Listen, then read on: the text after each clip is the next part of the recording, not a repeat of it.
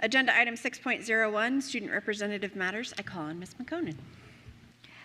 Good evening, members of the board. I wanted to speak tonight about responsibility and transparency, especially as it relates to our policies on student personal data on IT and data privacy.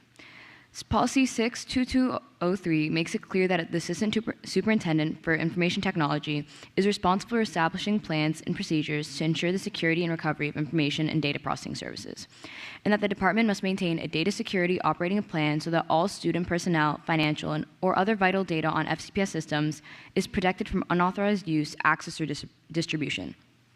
Policy 2701 reinforces that student personal data must be safeguarded. These are not small commitments, but our data privacy policy has not been updated since 2015. The last review was 11 years ago. Since then, FCPS has entered into numerous digital partnerships, technologies have rapidly advanced, and artificial intelligence has become a part of instructional conversations. Yet the policy framework governing how we protect student data has remained unchanged.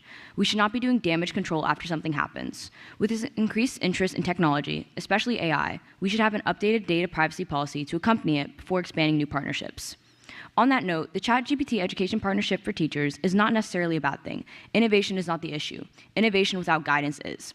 As far as I know, no one on the board has seen this contract. There has been no formal parent notification and no student notification. The reason I became aware of this partnership was because of my fcps.edu email. That is not how major instructional technology decisions should be communicated. If teachers are using this platform, student data will become subject to it.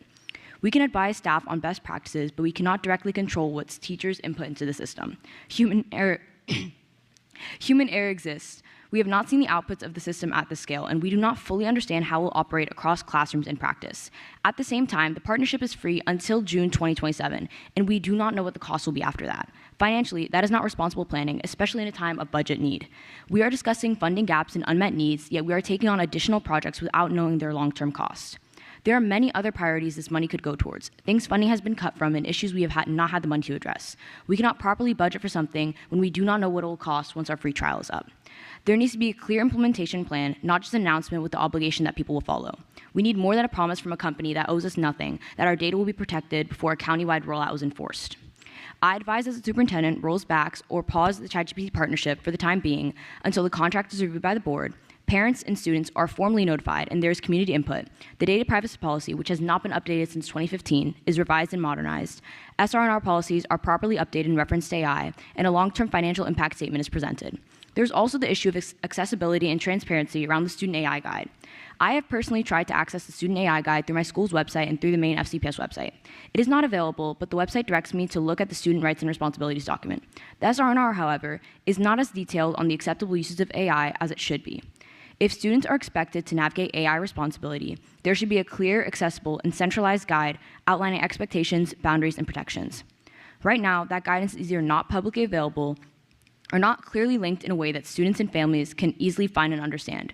We cannot make major decisions about implementing AI tools and then allow policy and transparency to lag behind those decisions. Ms. Mekonen.